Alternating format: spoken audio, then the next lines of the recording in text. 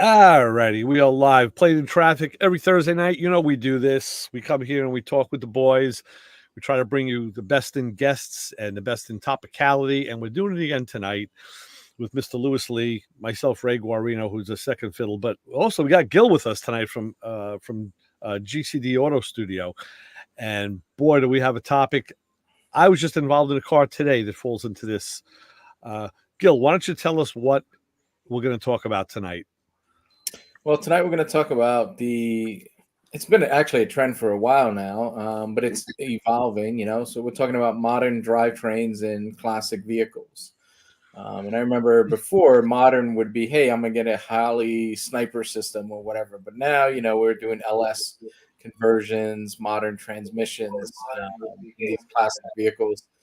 And what's happened over the last few years is the other manufacturers have looked at that and said, hey, there's a big opportunity. So now you're seeing Mopar, you're getting the Hemis, the Elephants. Ford has stepped up with the Coyote motors, the Illuminators. So there's definitely an opportunity to keep a Ford in a Ford, keep a Mopar in a Mopar, and just put LS motors in Chevys. I know that's not going to make Terry happy, but he wants to put LS in everything. But there is a way to keep it, manufacturer specific as far as when it comes to these drivetrains. There is a little chink in that armor, and I'll tell you exactly why. We got a call at the shop. There was a guy he's got to get out of his house, and there's a car there that his I think his mom's second husband was going to restore, and he took it apart and he was going to LS it, and he bought a brand new. He had a supercharged LS, brand new crate motor sitting in the garage with a 5-speed tranny. He passed away. So now this guy has the car and he's got to get rid of it because he's got to get out of the house. So it's a 71 Le Mans and with the GTO nose on it. Nice looking car, convertible. Nice looking car. So we went and looked at it. And of course, another guy that we know in our circles already heard about it, swooped in, scooped up that LS and the tranny. So that's gone. He did leave the oil pan and the alternator in the back seat, so we got something left. We got something. So we bought the car, and we're going to build it with the thought of a flip and to make some money. And on the way back to the shop, we were talking about, okay, are we going to go with the traditional Pontiac V8 or an LS? So what do? I dialed up Terry and I said, hey, you're on speakerphone, dude. We're talking about, the options. So of course we all know what Terry said, but actually he did turn me on to a guy he knows who LS the GTO and has the 400 out of the GTO available. So we may talk to that guy. If we go original, we'll do that. But there's still you could say that it's it's a GM swap, but it's not a Pontiac swap if you go with an LS. Well, I mean, if you look at those later GTOs, like I knew you were going to say that. Yeah, I mean LS2, it's still an say that. Yeah. Well, here's the positive about new LS is the gas mileage is better. You get a little more horsepower. Pretty easy to work on, but it's just a more drivable car than that 400.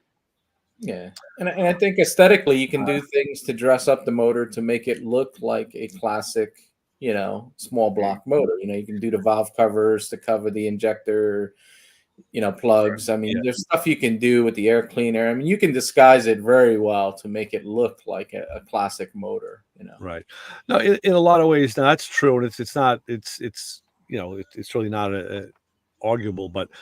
Like on the other hand, what I did with my car, I have an older Pontiac, and I decided to resto mod it to kind of make it the way I always wanted it because I've had the car forever, which is a full, pretty much like a road race type suspension, and not an LS. I kept the Pontiac engine, but I did go with Holley. I went with 2 snipers and a 5-speed transmission.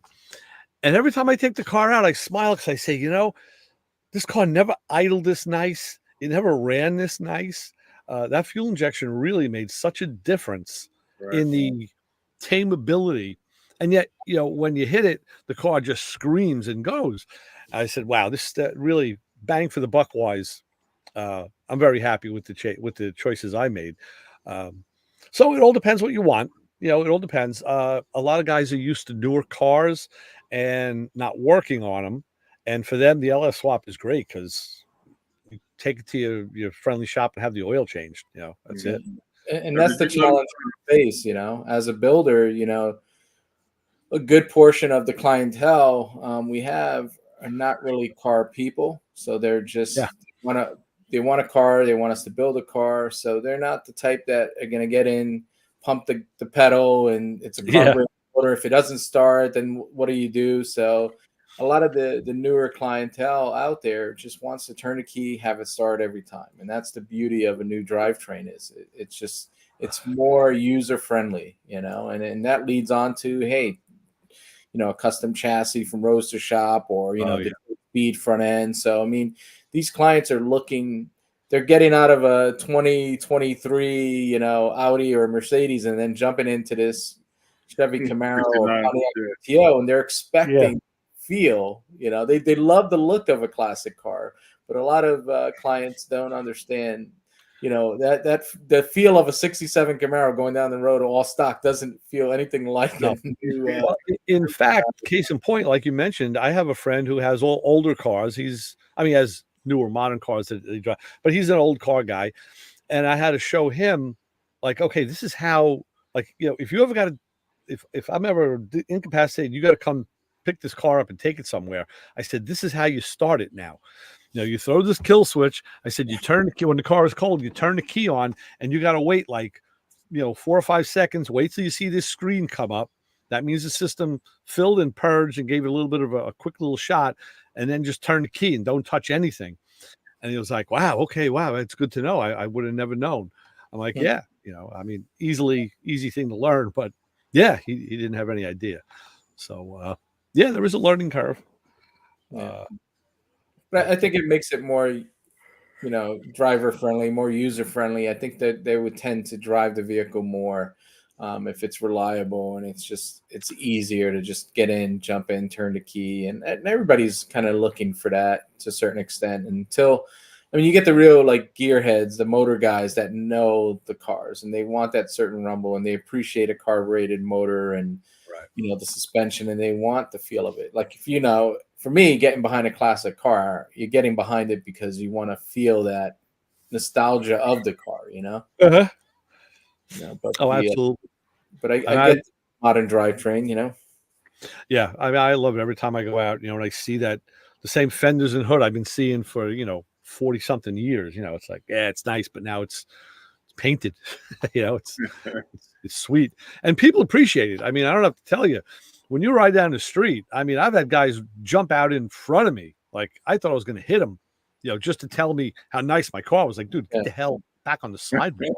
It's always a challenge when you're out there test driving stuff, because you're on the road and people want to get close to you and like take pictures or whatever. And like, meanwhile, they're right there, and you kind of get nervous. Like, all right, well, how good of a driver is this person? It's like, yeah. Right.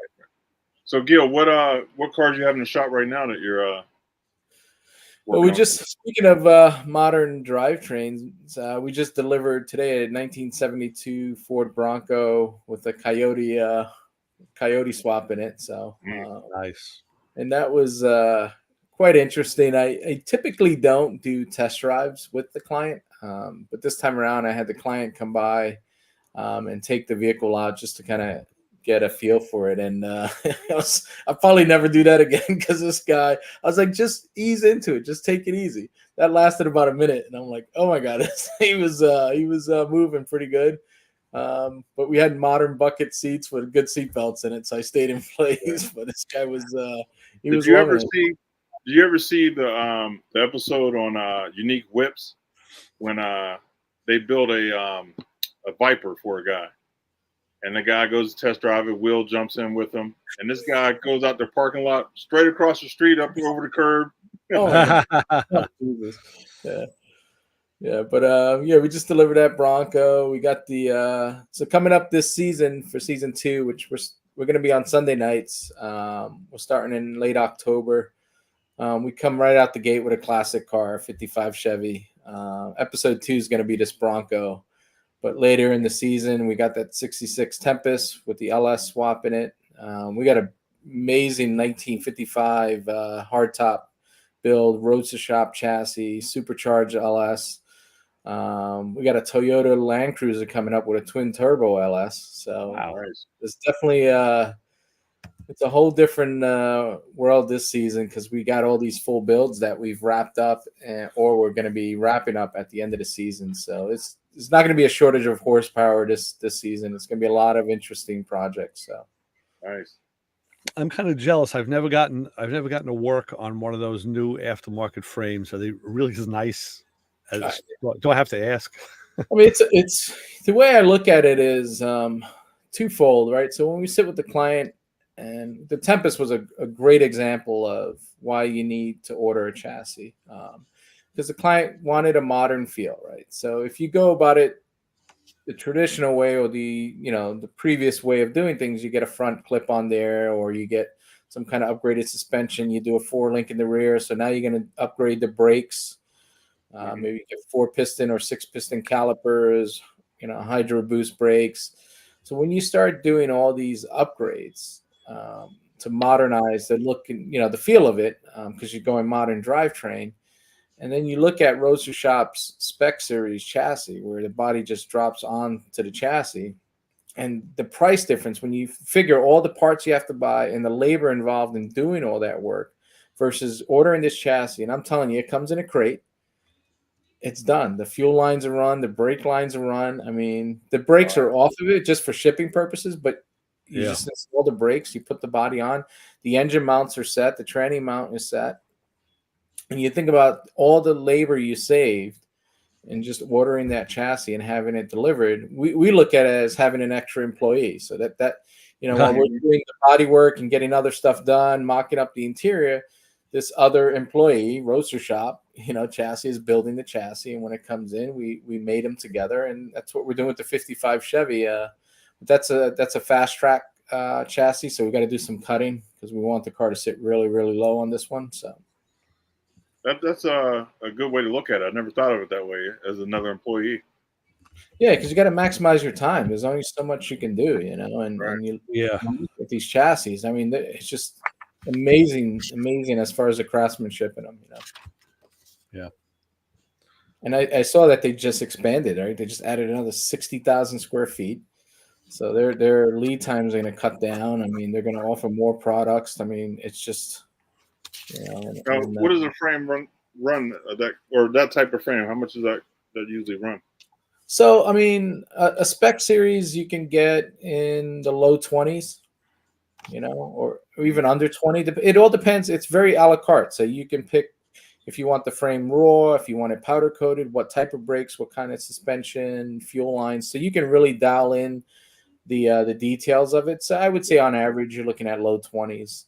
And then you go fast track where you're in the mid 30s. And then you can go, totally custom because, I mean, you can send them the vehicle. They can 3D scan underneath if they don't have the chassis, and they can build the chassis for that custom vehicle. So, I mean, there's so many options, but you think about it in the entry level, that spec series, if you can get under 20,000, you get that chassis.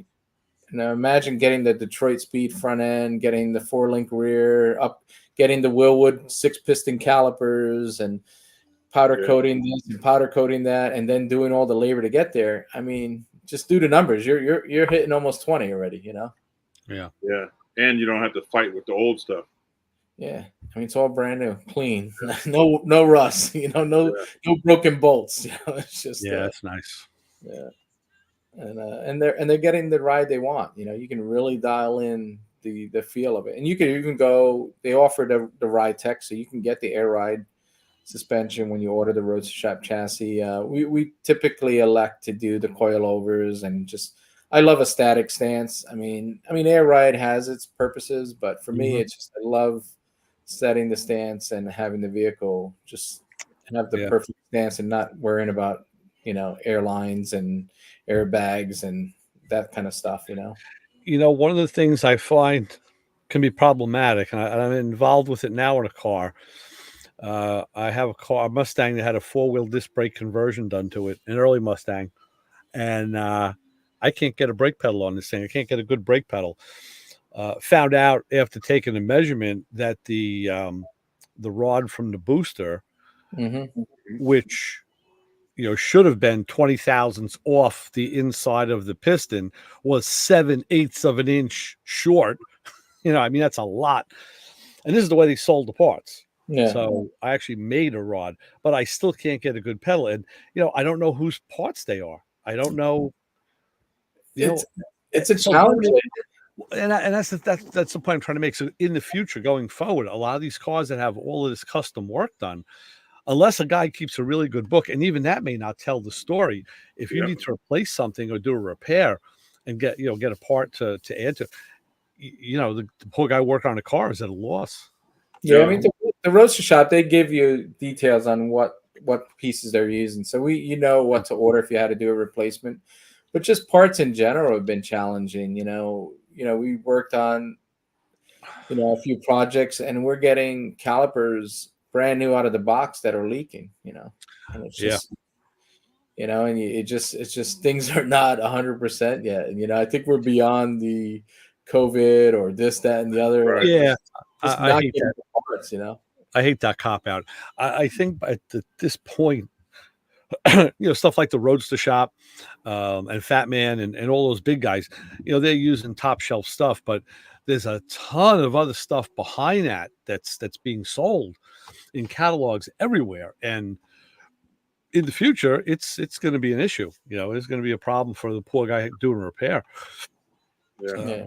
And then the poor car owner is going to be left in the lurch, with a car that he's going to be forced with we have to either retrofit and change this whole system to something we know that we can service, or you figure it, you find out what they sold you. I think a good specialty shop can figure things out. I mean, we pride ourselves on taking on challenging jobs and figuring things out. I mean, you can get a lot of information from the number stamped on a part, and you do a little research. You can figure things out. I mean, but I can't. I could imagine seeing somebody taking a custom car to a shop, and them trying to figure it out. But I think if you're going to a specialty shop, a builder or a restorer, then we've kind of learned along the way a few of the tricks, or we've been down the road, so it might be a little easier for us. Right. Tyler ran into a situation with one of my friend's cars. He has a 64 Impala, and he had somebody do a LS swap, but they hacked it up. So they took it over to Tyler's, and he couldn't get a pedal. And what happened is, when they moved the booster at a funny angle, so the rod wouldn't push it all the way, so he couldn't get the brakes until he figured that out. Just little stuff like that will throw you, a big curveball. Yeah. I mean, the Hydro Boost is great. I mean, because it works right off of the power steering pump, so it's very responsive. It's a very good system. But you gotta there's some learning curves with using some of that, but we did that in the Broncos. I mean, that's the other challenge too. Is these people want these modern drivetrains, they want the horsepower, but there's a lot that comes with it. You got to upgrade the rear, you got to upgrade the brakes, the suspension. You can't just go really fast. You have to stop really fast too. That's the education process. That guardrail comes up quick. Yeah. And it's just, you got to make sure it's a safe driving vehicle, not just a fast vehicle. Yeah, that's true. So, tell us a little bit about your show, Married to the Car, or Rides. Married to the Rides. We're coming up season 2 on PowerTube TV, which has been a great platform for us. And it was funny because I was just at Syracuse just almost 2 months ago. Wow, it's kind of quick. And we were there. We were set up next to these other builder guys. They have a show on Motor Trend called Bitchin' Rides. And people were coming. I mean, people were lined up for hours to get autographs and T-shirts, and this, a few people came by because we were promoting PowerTube, and it was nice to interact with people. And they were like, "Hey, we love your show." So it was just interesting to come across people that have watched the show and that are fans of the show. One person even, when I was talking to Dave. And they were complimenting Dave on his show, and the guy turns to me and goes, "Hey, I love your show too." And I was like, "Oh, yeah." That's nice. Cool. but it helps, it's we went to recently we went my mechanic and I, Scott, went to look at a job with 66 Mustang project. And the people, we went there and I introduced Scott and they're like, oh no, we know him already. We've been watching the show. So it's That's pretty cool. it's just this comfort level of people because they're already familiar with us from the show. So that helps, Yeah, it helps ease trust that relationship. Yeah. So I mean they can see it. And then we have people asking us, that we're working on new projects. They're like, is my car going to be on the show? So it's definitely Did you find the 166 Mustang left in existence that isn't a rusted mess? I'll tell you this Mustang, it's an amazing story. The gentleman inherited the vehicle from his dad. It was restored in Puerto Rico originally. Wasn't a good restoration, so now we're taking it on. It's been off the road for like 6 or 7 years, and the approach we're going to do is we're going to get it mechanically sound, safe to drive. We're going to refresh the interior because it just needs to be cleaned up, and then we'll address the body and paint later on. But every spot you would think it would be rusted, the shock towers and things of that nature, it was all fine. Wow. The vents under the dash? All fine. So it really it was just in Wow. certain spots where you wouldn't really expect it. And it's pretty bad, but Yeah. it's going to be garage kept. So it's going to be fine for a few years. Yeah. Honestly, I think you can get 3 or 4 years out of it. I mean, before he has to do it, because, that's a vehicle you want him to get back on the road and doing a full restoration is time consuming. So I'd rather get the vehicle back sooner, enjoy it. And then if they want to make that bigger investment of doing metal work and body work, go ahead and do that as well. But right. That's that's what the show captures. It captures us, Linda and myself, my partner, Linda, my wife, she runs the full build side. I do the interior side. Occasionally we interact on certain projects that have an interior and an exterior being done. But it's about the relationship with the clients. It's about some cool projects. It's about the relationship with our team. It's all real. There's no fake drama. You actually see what we're working on as we work on it. We don't stage anything. And you get to see some pretty amazing builds and some great craftsmen. We definitely delve into the interior part of it a lot, which most shows don't. So, and I think that's been the feedback, is the fact that we show a lot of the craftsmanship about the interior work. Yeah, it's good that you have that ability, because that's the thing. We had a fellow on my radio show years ago. He's an interior guy, and he says, he goes, interior guys, we feel like the Maytag repairman. He said, we're always the last guy to get thought of in the project. He goes, and by that point, all the other money's been spent because the guy upgraded everything that he said he wasn't going to, and he extended himself on other stuff, and now he's got no money left, and he wants an interior done cheap. Yeah, and it's just and it just doesn't happen. Yeah, by the time they get to the interior shop, I always say they're out of money and they're out of patience. And it's just because the mentally you got to put yourself in their position. It's we understand it. They've already spent a decent amount of money. The vehicle looks complete and it looks drivable. So now it's just you are in the way. You have to finish it. So it's paint's on it, the glass is in it. Like in their mind, it's like it's done. You just throw some seats in it, and get it done. So they don't really have the patience for the. And now a guy wants custom door panels and a custom console and all of that. Yeah, we're working on a 66 Nova right now in the shop and the interior side, and we meet with the client, we go over all the choices, we pick the materials, and that's all done. And then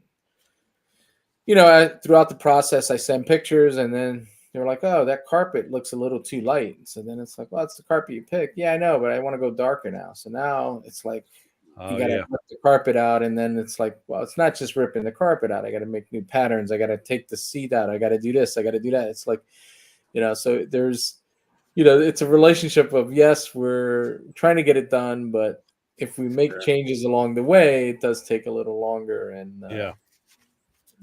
so there are challenges when it comes to that final stretch, that interior stretch of things, and I think some of that may be the fault of TV in general, because on TV you see a car being done and it's getting done in an hour, and then they meet with the owner and says, "Oh, you know what? Yeah, I decided, instead of I know you got the car all jammed out and it's already got a base coat of purple on it, but I'm going to I want to paint the car pink, and instead of doing that the black interior, I want it in gold." It's like all these last minute changes, and I decided to go for an automatic, not the stick. So you got to change it, and it happens in an hour. Yeah. So I think people get conditioned. I mean, I don't think anybody really believes it happens that fast, but I think over time they do get poisoned. Yeah. But it's a blessing and a curse, right? Because we look at these TV shows, and it's done amazing for our industry. It's put our industry in front of people who are not normally car people, right? Who have disposable income, who want to do certain things. But it also, sets unrealistic expectations with getting stuff done. Yeah. I hate when they start talking numbers on some of these shows. Like, and that used to happen early on. Like, oh yeah, this much money. And they would break it down, and they're like, yeah, they built that whole car for $40,000. I'm like, yeah, your parts bill is $150. yeah. $40,000. Regionally, prices are very different depending where you go around this country. Yeah. I was talking to Dave Kingdig. We were at a show, and we're eating lunch. I'm talking to him, and he goes, "Oh, our cars start out just for the parts $200,000 right off the bat." Yeah. So, how do you know what I mean? Yeah. Yeah. And I was talking to someone about a build, and they were like, "Yeah, I expected it to be, like 200 grand. This wasn't one of ours; it was someone else's." And I'm like, "How did you expect it to be 200 when you spent over 100 on parts?" They put themselves on. There's work that still has to be done, metal work, body work, interior. Like, there's so much stuff that goes on. Like, if your parts bill is 100,000, your build's going to be 250 plus easily. Mm-hmm. Yeah, we were talking last night after we went to the range. We went of course, I had to go to the diner and have a banana split. So I'm talking with the fellow who the shop that I work at, and his son. And it's a body shop. I just do mechanical stuff, and he's got two cars, a Mustang, a 70 Mustang, and a 71 Chevelle SS. And I told him, I said, Mike, none of us, even the guys that have the ability to work on the cars, none of us could have restored either of those cars like you did. And the reason is you own a body shop. We just couldn't have done it because the amount of metal work that was done, it was all the hard. It's like, forget the hard metal work. It was the stuff underneath the hard metal work that had to be done. I mean, these cars came so far apart. Yeah. And he was able to use his shop and use the hours in the shop that way to take care of this. I said, he goes, yeah, he goes, yeah, I love a cheap buy-in. I'm like, yeah, the project was a cheap buy-in. You knew it was going to be. That was the last cheap thing. Yeah. I said, but the good thing is you did save two cars that would have otherwise just been crushed. So at least you did save two cars. Right. So and I think as a builder and a restorer, it's part of your responsibility to educate the client. And you really should take the time and educate them on the process, educate them on the, the options they have, the timelines, the cost of things. Because I think if you get all that done up front, it's going to make for a better relationship in the process. I've actually shown some people, like, come here, let me show you something in the shop. Like, these are the parts that you bought that should have been okay, but let me show you why we can't use them. They don't fit. And there's sometimes it was a problem on the manufacturer side. Sometimes it was a problem on how you ordered them. You just ordered rotors. You had no idea. You didn't think about bearing size. Who would think about that, right?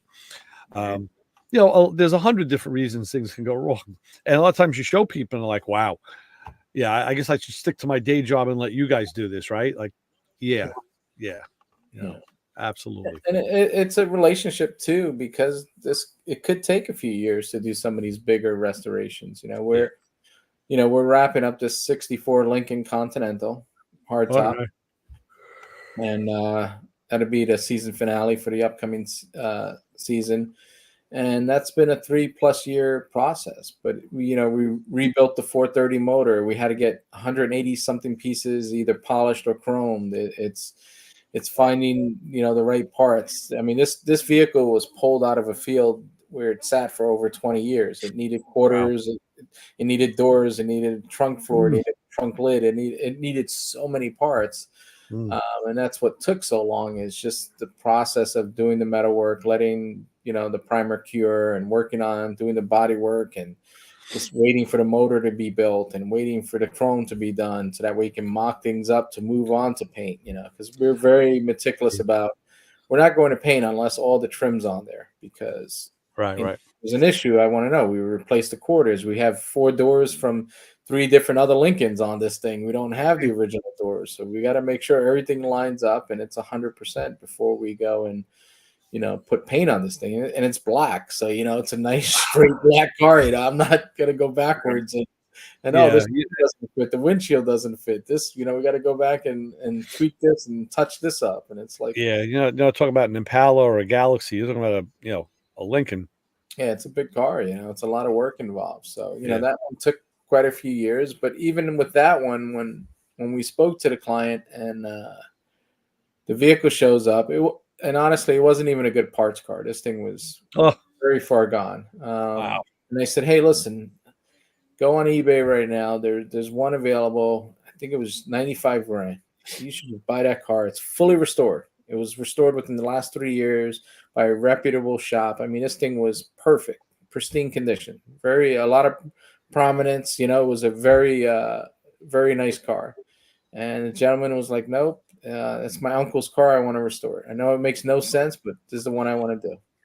Hmm. And I'm like, "All right, well, as long as you understand, it's gonna be a lot more than that car that's right on eBay right now. Right. You can Right. jump in that and drive that for a third of the cost. And Sentimental. that's where I said you got to really let them know that these are realistic numbers and this is what you're getting yourself into. Right, right. Yep.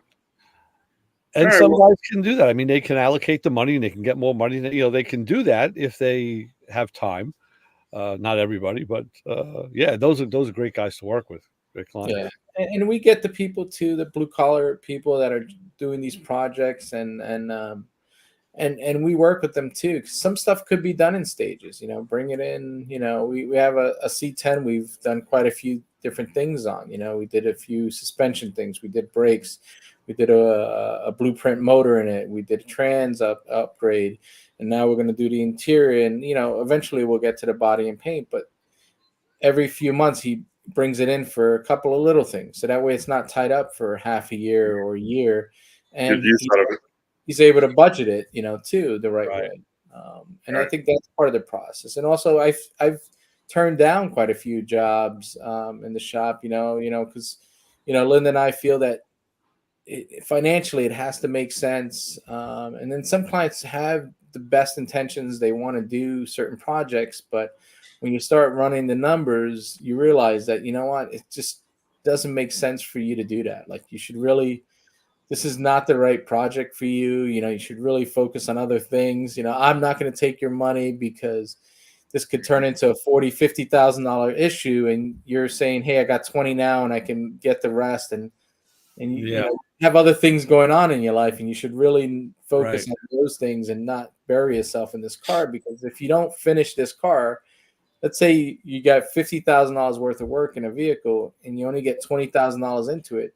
What you've done is spent $20,000 making a $5,000 marketplace vehicle for sale that somebody can purchase and go ahead and finish it. So when you give someone that economic model, they can understand it, because now you're going to put $10,000 or $20,000 into a $5,000 car, and what are you going to have when you're done? You're going to be underwater, and the way you're doing it with this, the pink lace paint job, and with all this other crazy crap you want, nobody's going to want to buy it. So you're really pigeonhole. A lot of people can understand the money end of it if it's explained to them correctly. yeah. But, And some people get bothered by it, but I'd rather sleep better at night knowing that I didn't go down this rabbit hole with you where it's not going Right. to turn out well, you know? Yeah, it's the same on the other side. We've had people come to us and say, "Listen, I want a car, and what kind of car do you want?" Well, okay, so the guy has a short list of what he likes and what he wants from back in the day. Okay, how much money do you have? Well, I can go between this and this, and he's looking on eBay and looking. Well, it used to be that cars were cheaper, so they're finding cars that are low dollar and like, okay, well, that car is going to be 40 grand. That one's going to be 100. That one's going to be what? Well, yeah, because you're looking at a $500 car that's missing all of its parts and is rusted to death. What do you think? So, and I would tell them, take the money you have and buy something that's done already, or even if it's 3/4 done or more than that. If it's within the striking distance of being finished, spend as much as you can on something like that, and then you have a chance of reaching the finish line with it, Yeah. or a car that is all the way done, and then you just get in it and drive it and say, I enjoy it. And if you really still want to have something built, keep that in the back of your head and save that for later when if you still have the itch after driving this one.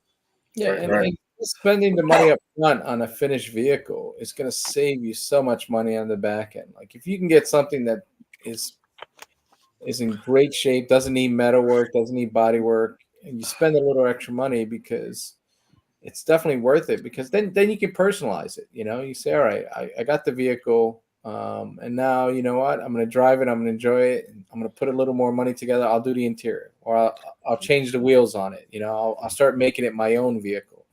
And Right. you're starting from a much better price point than if you just hey, I saw this one for 40, but this one was 10. Well, Yeah. that's 10 because it really should I be think, 5. I think a lot of people get tricked into thinking that, I have to build it so it's mine. Yeah. You know what I mean? Instead of taking somebody else's thing and making it yours. And I actually told one guy that I said, well, you know what? At the end of the day, you didn't build it. I did. So it's mine, not yours. So yeah, you want to go there. I mean, if you really want to talk about common sense. So I've used the analogy of people with houses too. Like you're looking at a house. Are you going to buy the total wreck that needs to be totally gutted and redone because you say it's less money? Or are you going to buy the one that has all the wiring done and the AC and the plumbing is already up to spec and you just need to redecorate a little? Which one makes more sense? Oh, well, the second one. Well, it's the same thing with the car. So why do you want to buy that piece of shit car that needs everything? Yeah. And you don't know what the end is going to be, where another one that's 3/4 done, you're much better ahead. Sometimes, it kind of smacks it and puts it in perspective a little bit. Yeah, I think where people run into trouble is they only have the 10 to put in to it. True. They don't have the 40 to buy the nice car. They have the 10 to buy the wreck, and they don't realize that it's just not the right decision right now for you. Then you have no business being in that position at this time. You should take the 10, drop it in a CD or something and invest it and wait till you get some more money and then come back and see us. Well, 25 years ago, that was a reality that, 10,000, you're going to get a nice car. Right. And people, all this time they've been thinking over the years, I'm going to get a nice car one day. And I got 10,000. They're still thinking that they're in that price range. You know what I mean? And that's I think you just have to go a different era, right? So if you got 10 grand, you can probably get yourself a nice IROC or a Fox body, or you're not going to get the 68 fastback, but you can get a nice 85 or 80. Yeah, mid-80s Monty SS, an Impala SS. Monty, you can get a Cutlass. There's things you can do within that 10 range, but you're not going to get the Shelby. You're not going to get the Yanko Camaro or the the Superbird. Again, it's like the house analogy. You're not going to get the multi-million-dollar mansion. You're going to get the starter home that's in good shape. Now, here's a guy who knows about this, Justin from American Gas, a hot rod shop. Justin, you must be sitting there seething at this conversation, saying, "I want just a little bit. I want to get in. I want to get in." I did wear the right shirt today, talking about the Roadster Shop chassis. There you go. Oh, look at that. Right one. How you doing, Brian? Hey, Brian. Let it go, man. Hey guys, what's up? Another day of fun. I know you were. I know you were sitting there seething. So I'm agreeing with all of it. This is exactly the same stuff we deal with at our shop. You know, the whole Yeah, I don't think it people matters can be region done to in an region. hour. It's all the same. No. Yeah, Justin's up in Saginaw, Michigan, so he's up, up north. So what do you do with a customer like that who's got, a beer pocketbook, but he's got a champagne taste, and he's coming in wanting, I want that, like those cars that you did over there. That's what I want. How do you talk them down? it sounds like you're just not going to get there. You know, like you said, it's like you said, you can't Brutally honest. have champagne on a beer budget. I mean, you just the stuff's not cheap. Right. You know, you're talking a full build car to buy parts, to do metalwork, paint and body. Yeah, I mean, you're 6 figures in. Right. Easily. Yeah. You don't even talk about it if you're not there. Right. Yeah. I didn't even touch on the cost of materials nowadays. Oh, sure. Just getting primer and Bondo and sandpaper and the paint and even on the interior side, the cost of leather has gone up drastically. Everything's gone up. Plastics have gone up. It's just probably one of the biggest questions. The biggest questions we get at car shows and stuff. How much to paint a car? How much to paint a car? And people think it's $2-3 grand to paint a car, and it might have been years and years ago, but you're not even close. I don't think 2 or 3 grand you're getting sandpaper and primer yet. I was just going to say sandpaper alone. Yeah. Yep. Yeah. I think I have. I want to say $500 just in sandpaper on this bus. Yeah. Yep. Easily. Kind of crazy, but you gotta get it done. Oh yeah.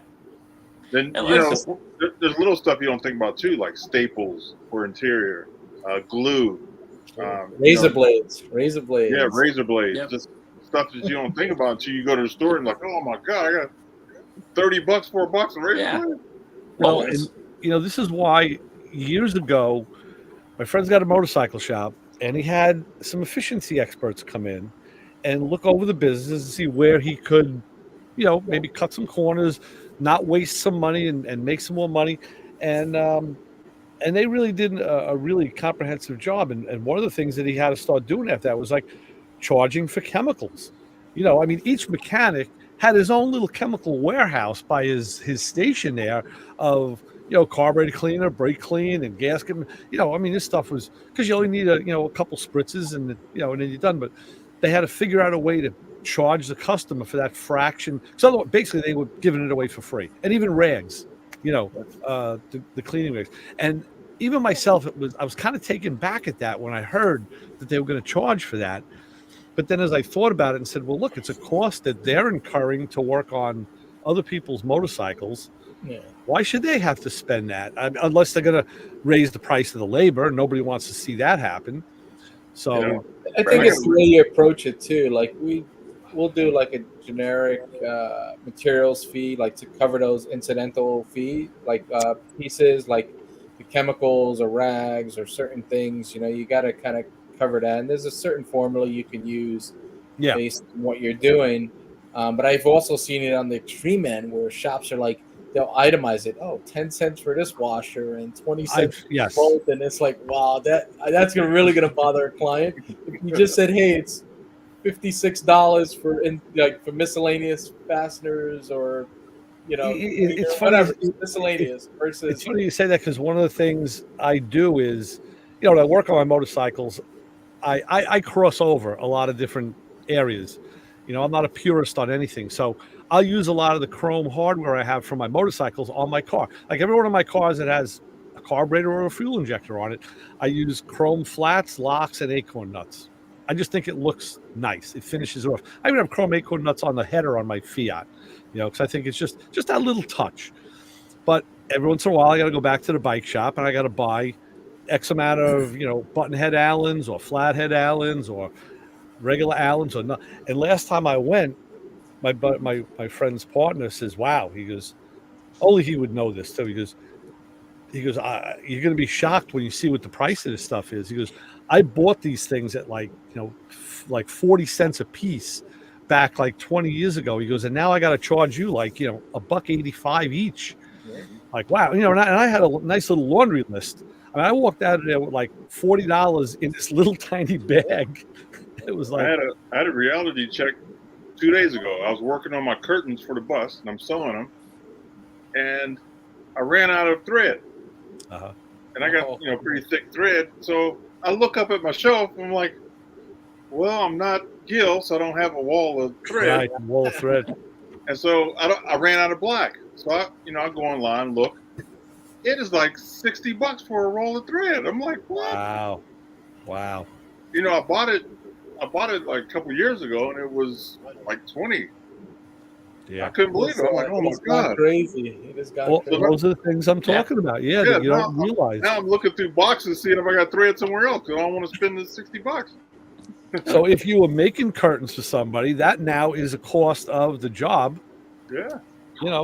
And I'm sure you can use I don't know how many feet in doing curtains, 50 feet, 60 feet of thread. I don't know. Yeah, you go by ounces with the spool. But even today, I was just getting some more ABS plastic, right? So we use them for door panels and consoles. 5 years ago, we paid $2 and change for a sheet.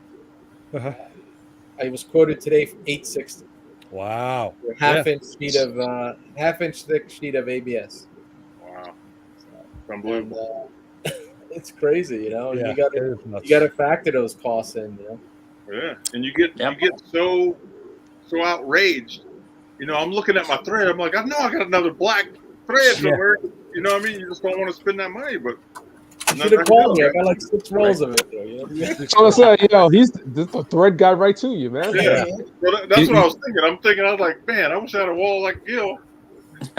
You talk about that, but that's just like the air fitting that goes to air tool. Yeah. And as 22 years of selling air tools, a guy comes out, wants an impact, you put everything.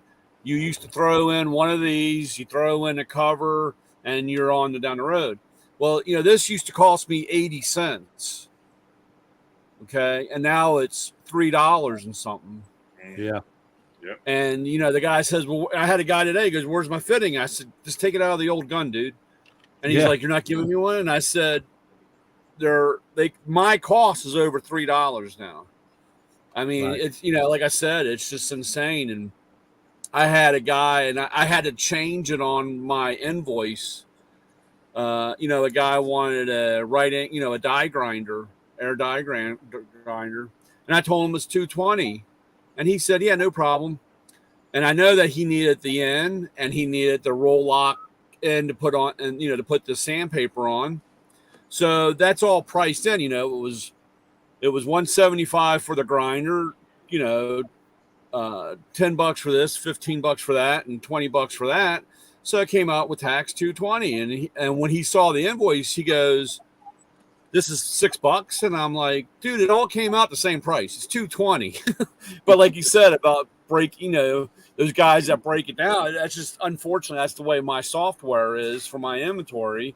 And unless I now make it as a kit, so it just has one price, but then I have to go back and take it out of inventory and show. And of course it throws the profit rate, margin all off because, the price is not what you're doing. But again, it depends on how anal you want to get or how upset the customer gets. You can't win with this.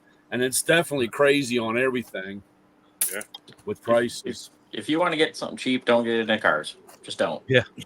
Right. Yeah. Yeah. Well, it doesn't matter. It was just like the other night, my oldest had broken the little stopper in the sink, and she's like, the water won't drain out. And I said, what do you mean the water won't drain out? I go up there, and the little plunger valve thing got all jammed up, and of course, everything's, we put all that stuff in 20 some years ago when we moved in. So, I get up underneath there and I'm jiggling and wiggling. Of course, it snaps, and now the piece breaks off. And so he said, I just want to run up and get a new pipe. Man, I walked out there with, $75 later. I should have just bought a whole new sink setup. You know what I'm saying? Yeah. So it's nothing is simple or easy or cheap. You're not going to put a $5 part on anything anymore. Yeah. Nope. Without causing more headache. Cover man. Terry. Got a split soon because the little boy, he's running around. How's everyone doing? Gil, man? Good, man. Yeah. What got up in that bar over there? Oh, listen, I Looking got good. I think all of a sudden he's got some better stuff up there now, huh? there's a lot of stuff up there. See, my goal is that if I keep buying Roaster Shop chassis, I'll get on that oil and whiskey podcast. So. Yeah. That's a good goal. That's a good goal. Yeah. Heck, we So got- how many of those bottles are from the customers? When I turn wrenches, I used to have a pretty good collection. I got a bottle yesterday from a client. They bought me a bottle of Woodford. But these are just my collection of things. I probably have about, just recent count, 105 different bourbons. So Nice. we're growing. We're growing our collection. It's not like the coffee. I love coffee Yeah, too. coffee and cannoli. Coffee, black, whiskey, neat, man. That's it. Oh. Terry's still upset man. with the cannolis. I get you, Terry. Don't worry. We'll So get bothered by that, man. You know, he stole Tori from me. Yeah, that's all right though. You can He's I so just, share. Tori. talked to Tori. I just talked to Tori 2 nights ago. Actually, the day after you called me, Terry, the next night, Tori calls me. He's like, I need some advice. You got to help me out. I'm like, lay on the couch, brother. Stretch out. Yeah. Let's go. Well, Yeah, Ray's the go-to guy. yeah, we Yeah. had a good talk, good long talk. It's always at least an hour with Tori, at least. Tori drives right past my house. You know what's it called? Just to go see Gil. You know, drives right past. I mean, it's literally like 2 minutes off the highway. But that's all right. That's all Well, right. I'll That's tell you all right. what, you hook us up with that engine we were talking about today. We'll be stopping at your place. I will give him a call tomorrow. I didn't get a chance to give him a call afterwards. After we hung up, but tomorrow definitely I'll give him a call. Good. Because he offered it to me for the Le Mans. I was like, he did to LS is going in this. Right. So no, I didn't want that. Yeah, because he had just put an LS in his, and so you don't care if it has the. You said something about the engine mounts. Yes, up to 68, the block had 3 holes on the side to mount the mount. 69 and up, there's 2 holes. So this is that later chassis, but I think they make. I got my Ames It's catalog. adaptive, don't they? Like they make a. I think they do make an adapter. I'm gonna look in my Ames catalog right here. There you go. I got that same Ames catalog. I think they do. So yeah, that would be the only concern. So in other words, just get the engine. Yeah. Okay. Yeah. Just get the engine. Yeah. Yeah. So Terry, what were we saying we were going to talk to Gil about? One of your projects. I forget that quick. We just talked earlier. Bourbon? No. What? Yeah, bourbon's good. Whatever you're ready. Suburban. Suburban. That too. We got some bourbon. Let's get all the bourbon. Yeah, all the bourbon. No, we were talking about the Cuda, because I don't know if you guys know, Gil, he's gonna hook the interior up. Matter of fact, what we did was we went out and he's got all my panels. He's got all the panels and the seats. I went out and got my man. I was gonna give him the buckets. He was like, "Don't bring that. No. Go out and get yourself some Porsche 6-way seats with heat and air conditioning and all that stuff." And I did. I found a Porsche. And, hey, Gil, do you need the rear seats? I mean, just to have them. I mean, how often do you have Porsches come in there that might just need rear seats? I can use those. I got my graveyard or parts there, so yeah. Okay, because like the seats came with it, and I was Not like, much to a Porsche rear seat. It's like 2 little pads and a little folding thing. Yeah, It's like really a little pillow, you put on the airplane. Yeah, so now he's just waiting for me to, I guess, come up with a color. Yeah, that's where it starts. That's where it starts. So, fellas, what color do you think I should paint this Cuda? Gil gave me some colors now. There's 2 really nice colors, but what color do you think? Think 70 Cuda. AER. I mean, It's gonna have Green. What color? oh, then you got to do lime green or mango. That's- Go mango. Yeah, Mango. That's the first thing that comes to my mind. sure, absolutely. We want something different. Oh. Yeah, Well, not 70s. Well, no, it's going to be a 70 Cuda car, but if they had the color of today, he already told me no more oranges. He said you got enough orange cars, Right. so I'm banned. Because I was going to mean, go butterscotch or something. That car is iconic in black. But black is black. See, black with any color interior, that's where it sets it off. True. Nice interior in it. Well, I like a nice, and I think Nissan has a color. It's like a fountain pen ink blue, kind of like the darker blue. It's like an ink blue color that is gorgeous. How do you feel about that, Gil? Well, I just happen to have a Cuda in the shop right now that's a dark blue. But not this is sent a you that new picture of it. color, and it really is, like I said, it's like fountain pen ink, and it's a metallic with pearls. Picture that with a buff interior with blue baseball stitching. Yeah, we're doing this like a darker tan interior. It's got an SRT motor in it. There you chassis. go. It's a really I mean, you nice could car. even go dark buff with that. More I like like a concrete. like a holster color. You could do like that. You can. Camel. There's a lot of choices. A concrete. One of my buddies was saying a color, and he says you're not going to think about it, you're going to hate it, but then when you go home, you're going to think about it, and you'll be like, you know what, that'd be pretty nice. He said almost like a steel blue, like where it's like almost gray, but it's like it's like bluish, but it's grayish. It's more grayish than blue. It has like really like a nice blue tint to it, I like like that almost like a who had that color that's out like that, like almost like a. He showed me a picture of the car. I forget what it is now, but it's more silver than it is blue. But you could see, like you see it coming. It's almost like an ice blue. Okay. And I was like, see it, but Yeah. that would be different. yeah, definitely. What are you doing for graphics on the side of the car? You doing like the AAR stuff, or? I don't think I'm gonna have. If anything, just the AAR badge in the back. Okay. I don't think I want the little chop stripes. I'm open. Maybe ghost them. That's it. I'm trying to think with that blue. Yeah, I kind of. Yeah, I kind of. We still see Gil. He's just sitting there. I think he already knows what color we're going with. It's not my choice. You got a lot of choice. I love looking at, like, when we're doing a project. I love getting all the new, like, PPG, like all the new model books. All the modern colors, and then looking through that and tweaking those colors. I mean, there's a lot of nice palettes. Porsche always does beautiful colors. Even Toyota, somebody's Toyota Tundra. Yeah. That's what it was. It was a Toyota color that he showed me. Oh yeah. That's what it was. BMW too. Yep.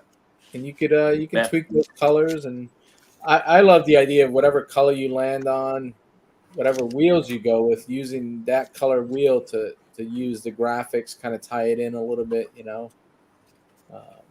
There's a lot. It's time I make a trip on up to Gil's shop and have some coffee with him. Yeah, and absolutely. go through a couple of books. Go through some books. We got all these little color swatch, exactly. Yeah. You need to go to Target and go into the Hot Wheels section and dig through and look at all the Hot Wheels and see the colors on the car. That's how you pick a car out for your car. We need this color. What's the color code? Yeah. you start with the color decks, and then when you start narrowing it down, I tell people, go to the dealership. Go to the dealership, walk the lot, and see the color on a car, and then see what color interior it has in it, and then you start, those ideas start flowing. That's definitely one of the hardest parts of the build. Customers picking out colors. We've had a few like, go to a car show or something. Just go look. They have an idea they want this or that, and it's like, well, just look, see what it might look like. Right. Yeah, it could make or break a project. The right color. Just you got to steer them away from trendy stuff too. It's like, that color. Yeah, I've seen it on 6 cars, but that's the color today. But when we, in a couple of years from now, when this thing's wrapped up, you can't go wrong with white. So. Yeah, but like you have to like white too. But you know what it is? It could be a trendy color, but on depending on what car it's on. If it's on an old school muscle car, it never goes out because the body lines on these old school cars, it'll always look good. Well, truthfully, the Cuda is small enough to carry white. It won't look like a Go with balloon something like whale. cinnamon or celery. A cinnamon Like color. Ford's got a lot of good cinnamon colors. Yeah. Gil said I Like, can't it's go kinda cinnamon. gold. Gil said nothing in the orange, brownish family. No orange says- and browns anymore. You're The done. orange- Cinnamon's red, man. Cinnamon's light is more towards red. It's And the brown it's color. the same. It's in the brownish red. I Gil guess that says throws no my go. gold. Well, why don't you have color like out? a real car and just leave it au naturel so we can beat the shit out of it when we come up and drive it? So that's what I don't have to worry about a paint job. Well, you're saying you want to drive a real car instead of like the fake cars that you've been driving? Hey those man, I'm Mustangs ready to and stuff like drive that? anything, dude. I don't even have anything to drive anymore, so I'm ready to drive. You sold the dude. Mustang? I don't have anything. I mean, I got a shell. I got a car sitting here in a shell, but I don't have everything else is gone. I'm carless, dude. Just me and the tool truck. The tool truck. Yeah, and that doesn't even run right. So I mean, Just bring that Mustang on up this way. We put an Ellis in that thing, no problem. That I'm almost ready to do anything because I We're need still something friends, to drive. Terry, but come Nobody on wants now. to drive me around no more.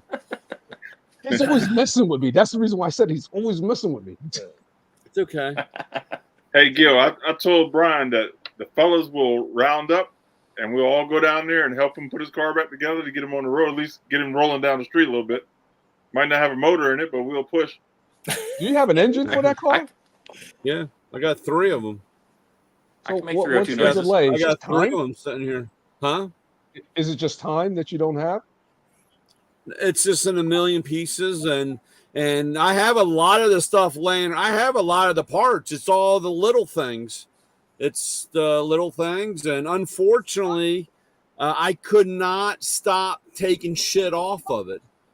Every time I turn around, I kept taking more and more stuff off of it. It's literally just a shell sitting there. Yeah. And So you're the reason. Okay, I got it now. Okay. no, I'm terrible. And then I was putting stuff back together and painting, and I get all fucking anal over this doesn't look right, and I restrip it and repaint it, and hell, by the time I'm done, I spent 2.5 hours on a steering column that nobody's ever going to look at. So Yeah, that's okay though. I mean, that stuff. we all yeah, do I stuff know, like that. but I mean, a lot of the, and I'll be really honest. I would love to have the car back together, and I want the car back together to a point, but I know that the last time I had the car on the road, I stopped somebody from stealing the car, and after that, I could never leave the car out of my sight. And all I know is it's sitting here, and I even still freak out when people see it. If I had the door open and people see it and they stop and they want to look at it, and I have to close the door. I do things under the cover of darkness out front because I don't want anybody to know that I have it. So You actually caught someone trying to steal your car? yeah, 3 o'clock in the Wow. morning. 3 o'clock in the morning, and I woke up hearing something, and I said that sounds like a coat hanger on a window, and I looked out the window, and the person was jamming down in there in the door. Jeez. So So how'd you after- stop it? I mean, like, After what that, and that was 35. I mean, the car's been off the road for 30. So 35 years ago, and after that, we would go out to a movie, and if I drove the car, I'd get up in the middle of the movie and go out and look at the car. I wouldn't even And drive it it got to the to a movie. point, huh? I wouldn't even drive it to the movies. Yeah, right. Well, I mean, right. at the time that was my own. I mean, I drove that car. I mean, I loved that. I mean, I loved it. I drove that car regularly. I mean, like No, I you said, drive it like and be within eye shot. I mean, like I wouldn't be going. but it's like, if hey, if I took it out on a night, and if I took it out and we decided to go to a movie or dinner, I mean, you know how anal it is when you go to a restaurant and you got to tell them you got to sit by a window so you can look out in the parking lot to see watch the yeah. car. Well, I don't Brian, see that's, anything wrong with that. listen, that's when we all drove our cars as double duty. You know. And like I said, it wasn't every day that you'd come by and you see a car with a tunnel ram sticking out and 2 4s, and it's sitting out there in the parking lot, and everybody would walk by and want to touch it and look at it, and I'm like in the middle of taking up. I gotta go outside. Oh, fuck, dude. I don't know. It is when I hang out with my buddy Mike. He's got the '67 Chevelle with the tunnel ram with dual quads with no hood. So yeah, I had no hood on. I had no hood on it. I drove around with no hood. You're not going to use the car now the way you did then. Yeah, I know. You know that. So the argument is, I'm sorry, the argument is moot. This is the one time I get to shut you down, so I'm going to do it because you can't get me. I'm sorry. You can't complain. There's no bitching here. You're done. Terry's right. I left the door open, and one day I came out and I saw a pair of legs under the car. Some dude actually stopped, got out, and climbed underneath the car. He wanted to see what rear and what setup I had underneath the car. Well, and this is in my garage. You live in You're Youngstown? dragging these people out from underneath the car and beating the and I'm like, hey, exactly. You got a problem? Hey, wait, I'm just looking, man. It's okay. You get the F out of here. Well, listen, all I'm going to say about that is you're either going to do it and enjoy it like you should, or you should get rid of it because you're never going to be happy. Well, you're going down that hole. You do it every couple of months. You turn and you go down that hole. And then, you slowly come back up. The Gopher head pops up and Brian's happy again. And then everything is cool. And we talk about what we're going to do and how everything's going to be nice. But you're going in that dark place and you got to stop it. I know. You got to stop it. That's what we're here for. What'd you do to the guy when you caught him out with the coat hanger? I came up and jacked up behind him. And, he turned around and he's like, oh, I was just looking. And I'm like, with a coat hanger, dude. Like, the car needed a fucking abortion, dude. Yeah. Oh, man, that's too much of a conversation going on, man. Yeah. That's too much, So, like I said, I don't know. What can you do? Now, you don't know if this guy has a gun or anything like that before you catch him. Oh, yeah, back then. We've talked about it before. Back then, the only thing that you ever worry about was getting stabbed, maybe. But other than that, now you just look at a guy wrong, he'll shoot you. Well, Brian, like Ray was saying, though, you're going to treat it different. That's going to be your Sunday car or your go to the car show car. Back then you had to drive it to work or the movies. But I 4 miles to the gallon. There's a guy that has a orange 65 fastback, white interior. He's a little older than me, and it's all stock. And that dude, I talked to him a couple times, and he drives that car. It's amazing when you go by and see it sitting at the Safeway because he's grocery shopping. He drives that car every day like he did back in the day. You heard. I give him a lot of credit because I could never. We got a guy that called us. He's a local guy. And he says he saw in Rockville Center this guy driving a 427 Motion Biscayne. And it was at the supermarket. And he says he's seen him there a couple times. I was like, wow, that's kind of, but and the thing was, the guy got the car because he had to buy the house. It was a estate sale, so he had to buy the house to get the car, and he did it. And I guess I don't know who this guy is. I'd love to meet him, but I guess his thought is, it's like, hey, you know what? As long as I'm here, I'm enjoying this thing. It's awesome. We I wish I could turn that around in my head. I know. Yeah. I did a engine swap on a 32 Ford the one time. We put a new small block in it because the guy literally wore it out. Wow. He had 200,000 miles on his hot rod. That is cool. That's what it's awesome. supposed to be. He's like, I hope I can make another 200. I'm like, I hope so. Right. And that's what he did. He drives it everywhere. I say this for the next. I mean, we rent these cars, man. I mean, we're not here that long, and they aren't. I mean, why save it for the next person? That's what I tell my friends. I mean, the caretaker. Yeah. That couple with the PT Cruiser we did the Hemi on, same deal. She takes it to the grocery store. They only live a mile from town, and it's got a couple thousand on it already. Beautiful. I mean, I'm not going to stay 2 hours doing some major shopping with the car sitting outside, but I will go and pick up some, I don't know, a couple of things and come back out. I mean, I don't, trailer queens, I don't get them.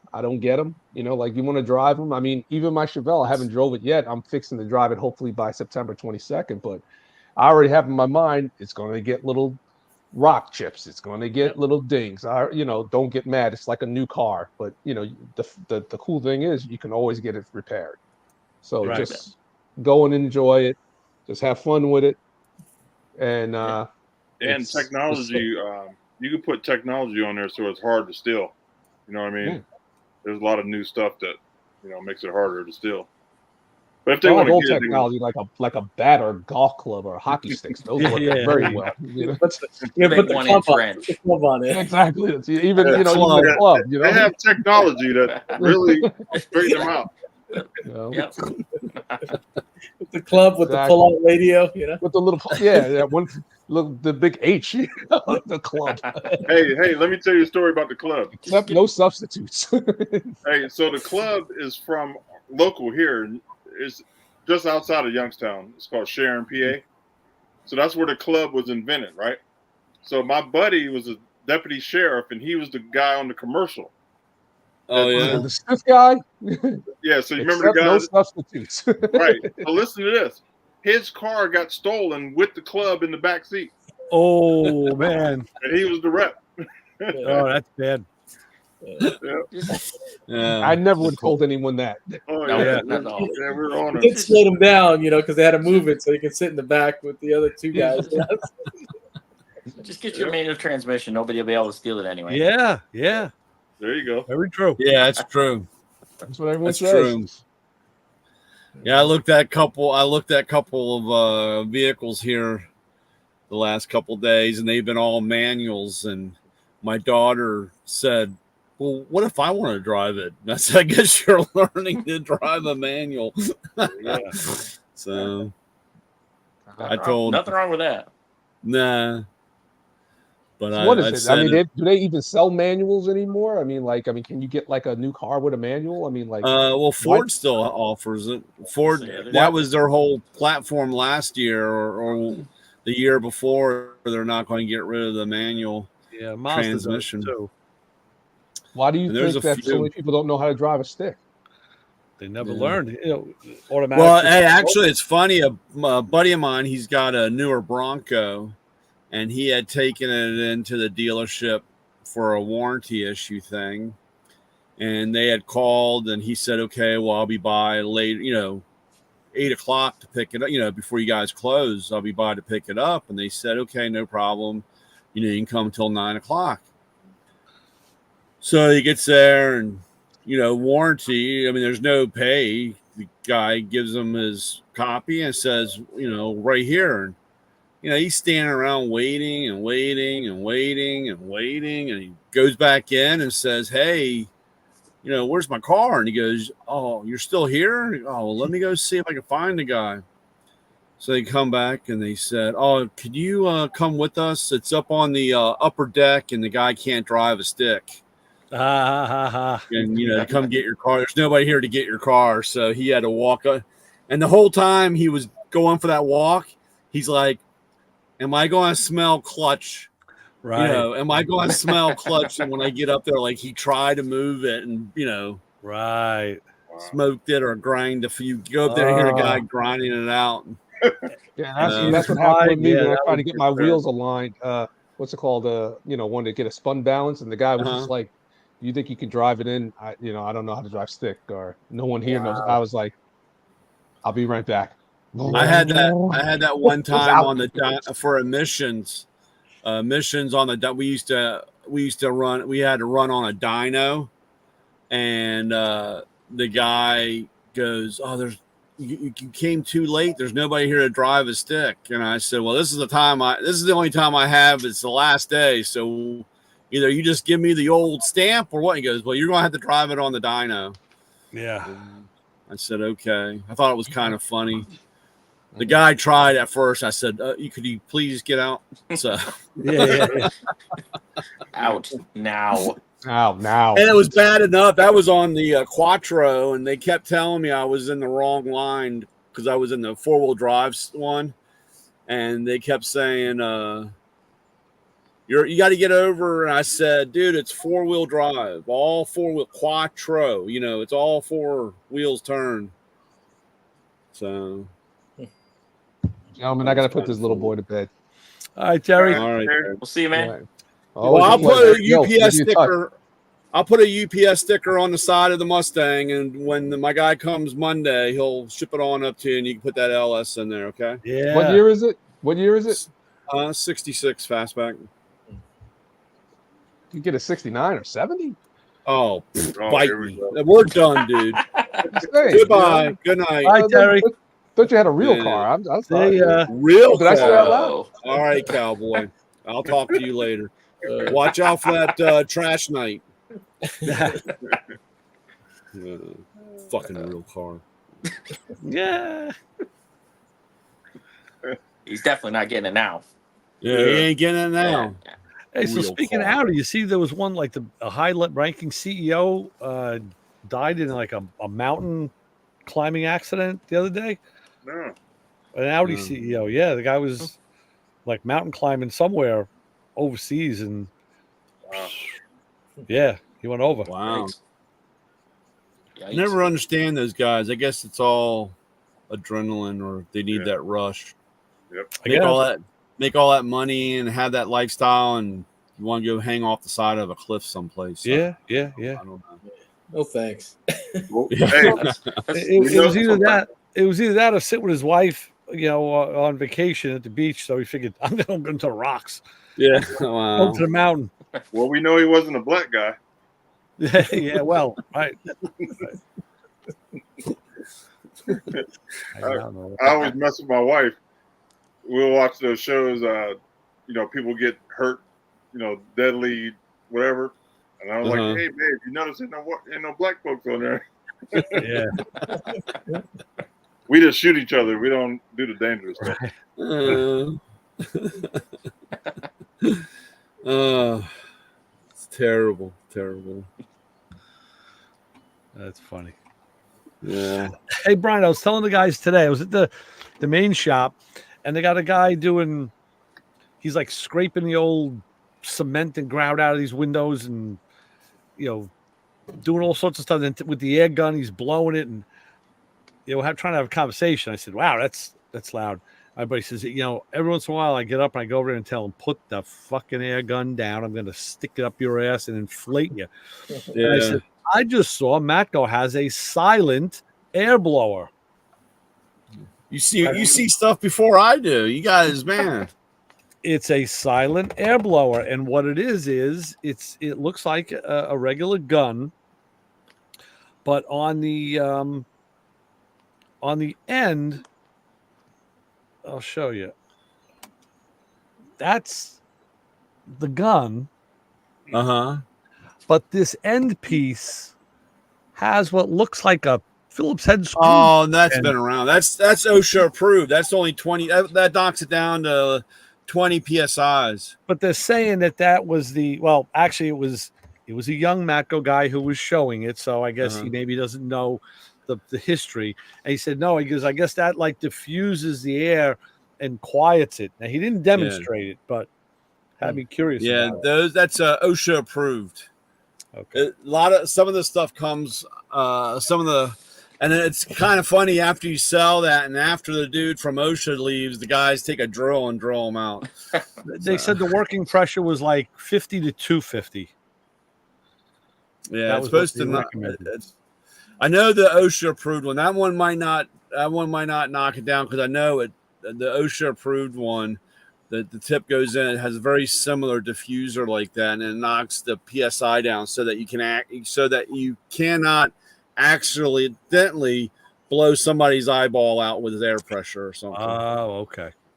Those rough blow jobs are high dollars. Right. That's always tough. Yeah. All right, so that's like a new twist on an old theme. Okay.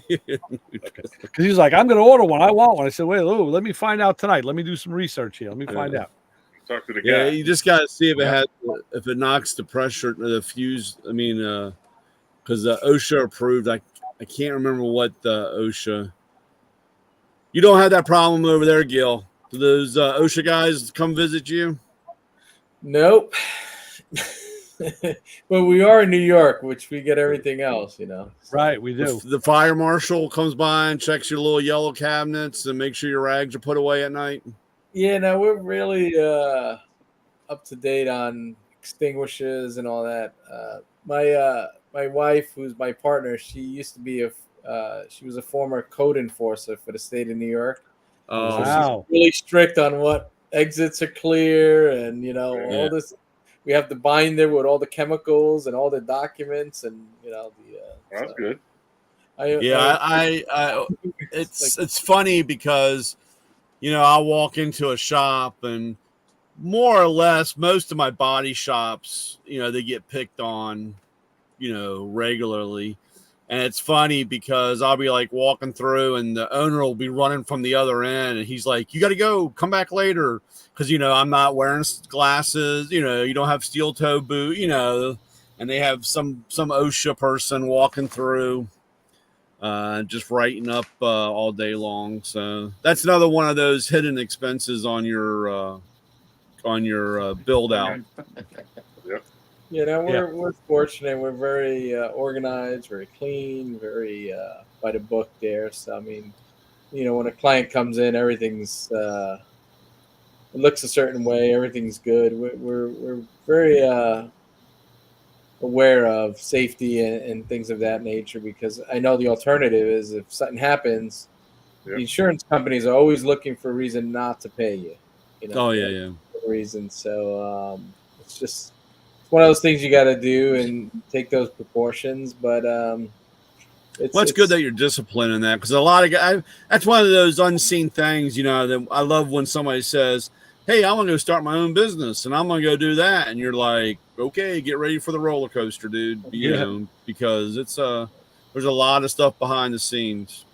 Yeah. Our first bigger shop was in a town called Walk Hill, New York. It's a big town. They cater more towards the big box stores and the larger companies. And originally, the first time the shop failed the CO because one of the 40-something parking spots you needed based on the square footage was 3 inches too narrow. So you had to restripe the whole parking lot because it was in one spot. Yeah, it's great. So. We've learned that the state of New York is not very small business friendly, and you just gotta know how to play along so that you don't have those issues. So. Yeah, I had. Like I said, there's a lot of. I had one shop that they had it was a 250 gallon oil tank that used to store oil in, but it was a big square. You just imagine like a file cabinet laying on its side, and he used it as a workbench. And of course, they came in and said, well, due to the size of your shop, you have more oil storage than what you could do. So, and he's like, well, this is empty. I don't use it for oil. Here's my oil right here. Like I told you, I got two 55-gallon drums. And they said, oh no, you could, you might put oil in there for storage. It's got to be gone. And the guy's like, man, I've used this as a workbench, and sure enough, he even asked if he could just if he filled it with sand, and could keep it. And they were like, either you pay the money on it or it's gone. It's cheaper to get a workbench. Don't even argue. Yep. My friend's motorcycle shop, they had out back a big plastic, I guess like a 55-gallon drum that the waste oil and the filters would drain into, and it was state approved. And he's had it there for like 15, 20 years. Now a new inspector comes in and says, oh, that waste oil thing's got to go. And he's like, what do you mean it's got to go? He goes, well, you need a metal one. He goes, metal? Why metal? He goes, the state told me I had to get rid of my metal one that I had and get this plastic one. So I did. Oh, no, well, now we're using a metal one. So you got to get rid of this. And I'll give you like a week. until I get rid of it and get a metal one. It's like, well, where do I get the metal one from? Well, you could go on our website and check one of our local contractors or suppliers, and Yeah, there you and go, pay right them. there. Yeah. I was like, Yep. holy shit, man. Yeah. Yeah, it's crazy. You're not giving us enough money. You got to do this. We use a service at our shop, and we have the barrels. They come and get the waste oil, the antifreeze, the gasoline. So it's more convenient just to do that. That way, there's a paper trail, and it's all legal. This company is in charge to come and get all the waste materials, and they have all the documentation to put it on the truck. And when they pick up something, they give you a new barrel to use. So it saves a lot of headaches. Yep. You learn to pick your battles in New York. Yeah, for sure. I mean, he didn't even know we had that battle, until the guy showed up. I was like, okay, great. Crazy. Locally, we're going through something at home now. It's like I just saw that in our town, it's illegal to have a fire pit. So Really? Really? Oh, shit. it has to be, any open flame has to be 25 feet from your home now. Oh, wow. This is the new battle New York's going to take now. So, Wow. yeah. Man, they wouldn't have liked the charcoal fire I had the other day because I had it blazing. The siding started to sag a little bit. I got It was a good aluminum, one. folks. No vinyl. You I find got old 1970s Alcoa. It's like 20 thousandths thick. Yeah. My wife wanted to There you years ago. She said, we should have all this ripped off. I said, and do what? We'll have it all done in vinyl. I'm like, vinyl that sags and peels and blows off and doesn't last. I said, this is 1976 Alcoa aluminum. I said, you can't buy this anymore. I said, this house is clad in aluminum. It's sheathed. I said, I'd want to just take it down so I could go and reclaim it, recycle it, and get the money. I know, that's what I was going to tell you. That's your retirement plan. You can go in and cash it in on recycling. Worth a fortune. But I said, there's no way this is coming off this house. I don't care. It looks dated. It's old. I don't care. It's solid. Shit hits the house, it bounces off. And it holds paint. Yeah, I mean, we did have it painted, and then it looked fine. But I mean, there may be like 6-8 inch slats, like the old style. New stuff is like what, 3 or 4.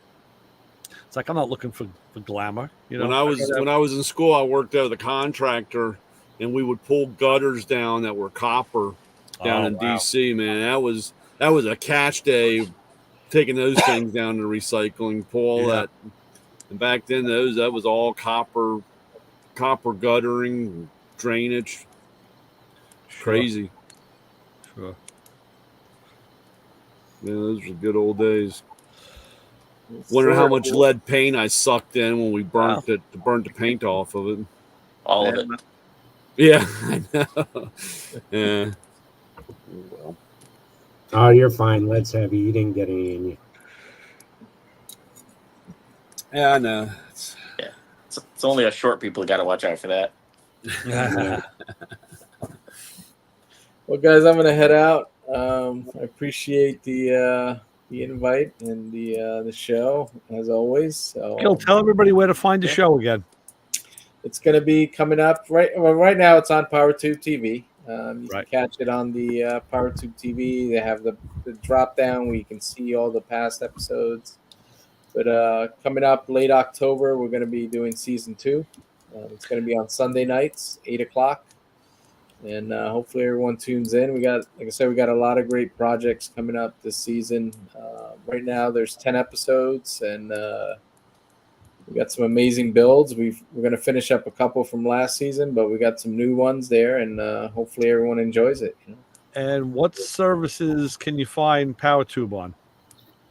You get them on Roku, Apple TV. You can go right to watchpowertubetv.com. So that there's just there's plenty of anyway on your smartphone. So it's available easy. Get the app.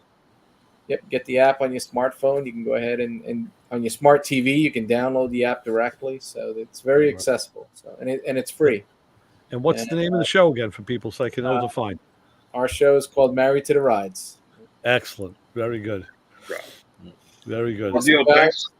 I appreciate it. And I'm sure we'll be in touch again soon, and we'll keep sharing. And hopefully, everyone tunes in and checks out some of these projects. All right, thank you for coming on, Amen. and your family, bro. You can come on anytime. You don't have to wait for me. Yeah. This is it's past my bedtime. I get up every morning at 4 a.m. So this Oh is, boy. so Yep, right there with you, Gil.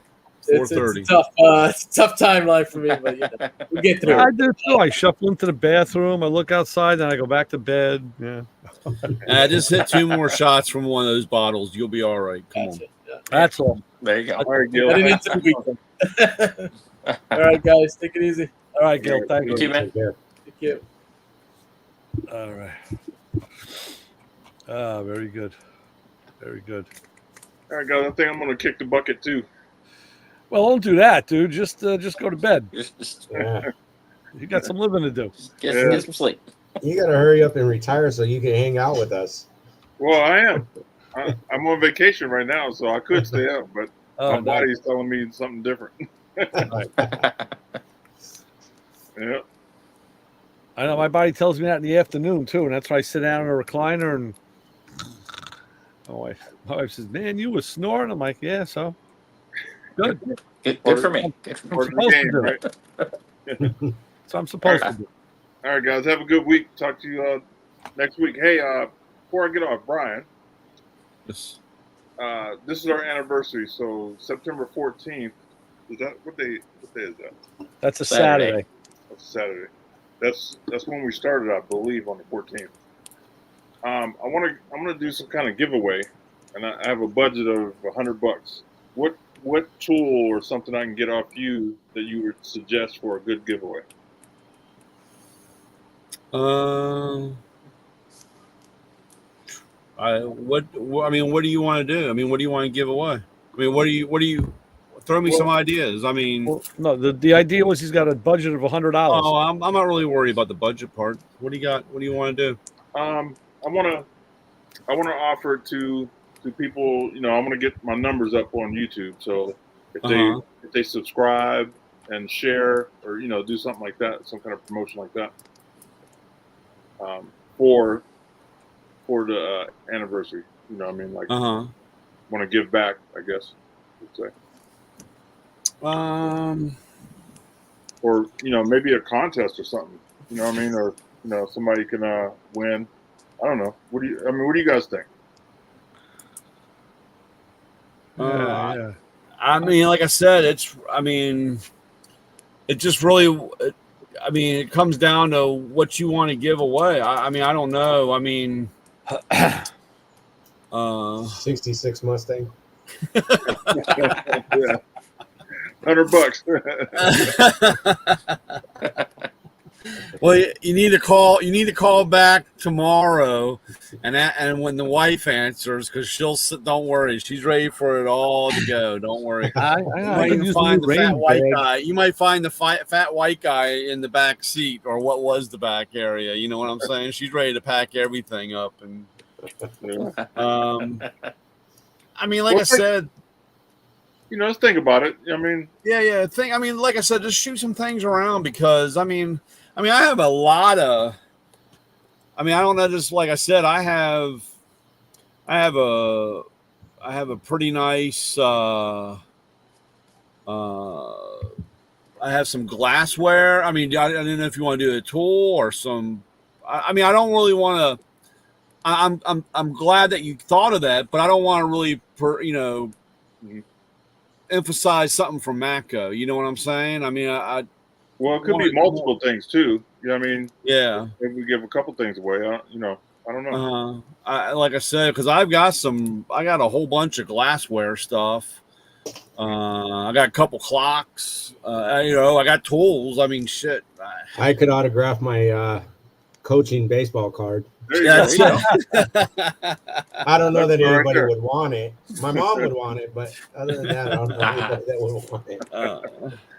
Well, like I guys, said, think about it, and if anybody has any ideas, let me know. I want to try to do something. Yeah. Yeah. Like I said, I got a few not just what it's got Mac on, but I got some Rat Fink banners like what Ray's got behind. Something like that. I'm just trying to think of something that kind of ties into everything with what we talk about. I know we talk a lot about tools also, but like I said, something more, just not a tool. I mean, somebody might not really need or Right. Well, yeah, or maybe into that. we'll do a couple things, maybe four things, 3-4 things, something like that.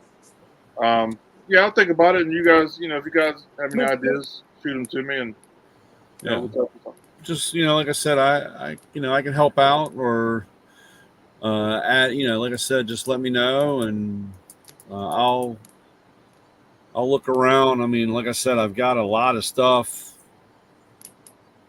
just not tool wise.